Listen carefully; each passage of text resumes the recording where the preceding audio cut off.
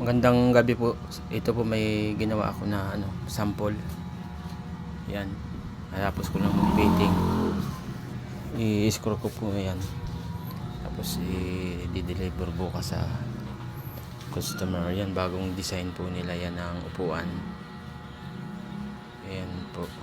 So, i-screw ko po siya. Yan po at i-screw ko na siya yan. Bali, pito po ang screw niyan. Para kahit upuan siya ng malaking tao, hindi gumalaw yung upuan. Ayan, dito naman sa kabila. Screw.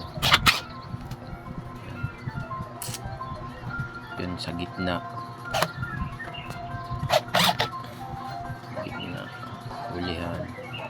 Kailangan po talaga matibay ang gawa ng para hindi gumalaw yung upuan pag inupuan siya. Iyon, sa gitna ulit. Din sa tigkabilang dulo. Yan. At yan, dun sa kabila na lang. Ayan. Yun, inulit ko kasi yan. Medyo maluwag.